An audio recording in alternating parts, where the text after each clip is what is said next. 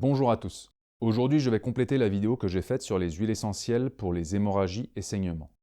Elle devrait apparaître sur votre écran. Je vous invite à aller la visionner en priorité afin de mieux comprendre ce qui va suivre.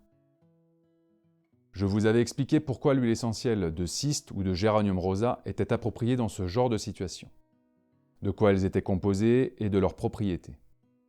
Si vous avez suivi une formation de secouriste, vous devriez déjà connaître ce qui va suivre.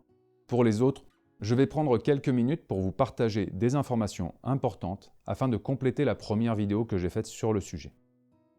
On était donc en train de parler d'hémorragie importante, de compression manuelle et de pansement compressif. J'ai entendu d'ici certains d'entre vous penser au garrot.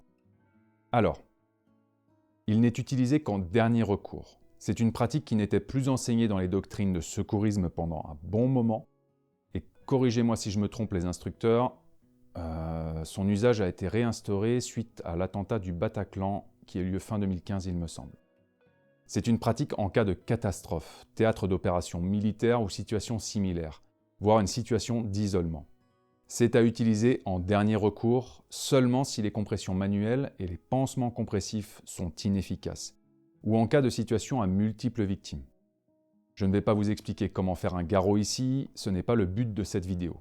Néanmoins, si vous êtes amené à pratiquer sa mise en place, gardez en tête qu'il faut bien noter l'heure à laquelle vous l'avez posée et pensez à la communiquer à l'équipe de secours qui vous prend en charge. C'est une information très importante pour la suite des événements. Alors, pour tout ce qui est fracture ouverte et présence de corps étranger. Si vous êtes victime d'une fracture ouverte avec un morceau d'os visible ou si la plaie qui saigne contient un corps étranger visible, ne touchez pas aux morceaux d'os ni au corps étranger car leur présence peut limiter le saignement et leur mobilisation pourrait aggraver la lésion. Dans ce genre de situation, en attendant les secours, on peut déposer 2 ou 3 gouttes d'huile essentielle sur la plaie et c'est tout. Ne cherchez pas à étaler ou faire pénétrer. Laissez ensuite les équipes médicalisées faire le reste. Si et seulement si le saignement reste important et massif, on réalise une pose de garrot. Les hémorragies extériorisées. C'est un épanchement de sang à l'intérieur de l'organisme qui s'extériorise par un orifice naturel comme les oreilles, le nez, la bouche, etc. On ne va pas s'étendre sur ce sujet car il y a beaucoup trop de choses à dire et on sort de notre contexte. Si vous voulez en savoir plus, rapprochez-vous d'une connaissance SST, sapeur-pompier, infirmier, médecin, etc. et posez vos questions. Sinon, renseignez-vous auprès d'un organisme de formation au premier secours afin d'éventuellement vous former. Dans cette situation, on n'utilise pas ces huiles essentielles. Alors, je me permets une petite parenthèse pour vous expliquer le cas où vous vous sectionneriez une extrémité, un doigt, un orteil, etc. ou un membre, main, bras, pied, et je ne fais pas la liste, vous m'avez compris. Alors, une section de membre, c'est lorsque toute une partie d'un membre est sectionnée ou arrachée. Donc, cette section ou cet arrachement s'accompagne souvent d'une hémorragie externe au niveau de l'extrémité de la zone sectionnée. La survenue de l'hémorragie peut être retardée de plusieurs minutes. Ne vous faites pas surprendre et anticipez. Les conséquences sont les mêmes que celles d'une hémorragie externe dont on a parlé dans la première vidéo. Il est parfois possible de réimplanter chirurgicalement un membre amputé.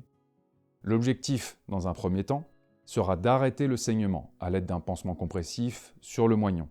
Et une fois que le saignement s'est arrêté, dans un second temps, retrouver et préserver le membre sectionné, qu'il faut de préférence conditionner au frais. Un sac de congélation dans le frigo par exemple.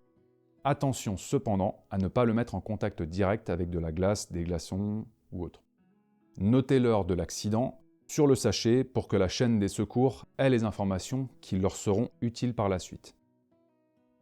Bien entendu, les informations que je vous ai partagées dans cette vidéo ne remplacent pas et à aucun moment une formation de secouriste de qualité et bien encadrée. Et évidemment, on préférera toujours stopper rapidement l'hémorragie plutôt que d'aller chercher une huile essentielle. Vous comprendrez bien sûr que la priorité, c'est de ne pas se vider de son sang, et qu'une fois l'hémorragie contrôlée, c'est de bouger le moins possible. Attendez les secours, et de préférence allongé au sol, ça vous évitera de tomber de trop haut si jamais vous perdez connaissance. Dans ce genre de situation, une huile essentielle peut vous paraître ridicule, mais ne vous méprenez pas.